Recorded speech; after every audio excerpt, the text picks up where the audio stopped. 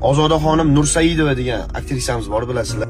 Ana o'sha opani klip jarayoniga meni Sabrina degan tanishimni chaqirishgan massovkaga. Qiz borgan paytda gelikka oldidan o't berasiz deb aytishgan. Eng qizig'i gelik urildi, 16 yoshga to'lmagan, voyaga yetmagan, pravasi bo'lmagan qiz o'tkazib qo'yishgan. U qiz kavukda bo'lgan. Sabrina gelikka oldidan o't o'tgan paytda qizni bosib ketgan Sabrinani. Tosh so'ylari singan 4 tonnali mashina. Hozir 9 soatlik operatsiyani boshdan o'tkazib, necha kun komada yotib, operatsiyadan chiqdi. Eng qizig'i tirik qolmaydi deb aytishgan, tirik qoldi.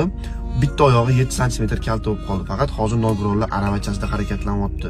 Eng qizig'i bu paytda Ozodapani komandasi iltimos hech qanaqa hech narsa demay, biz o'zimiz yordam beramiz, oyoqqa turgungacha yopti qilamiz deb aytishgandi. Operatsiya paytida ham tepasida turishmagan, klipligini ovurishgan va operatsiya tugagandan keyin ham klip premyerasida biz aktrisamiz deb qizil gilamlarda bet ichida yurgan.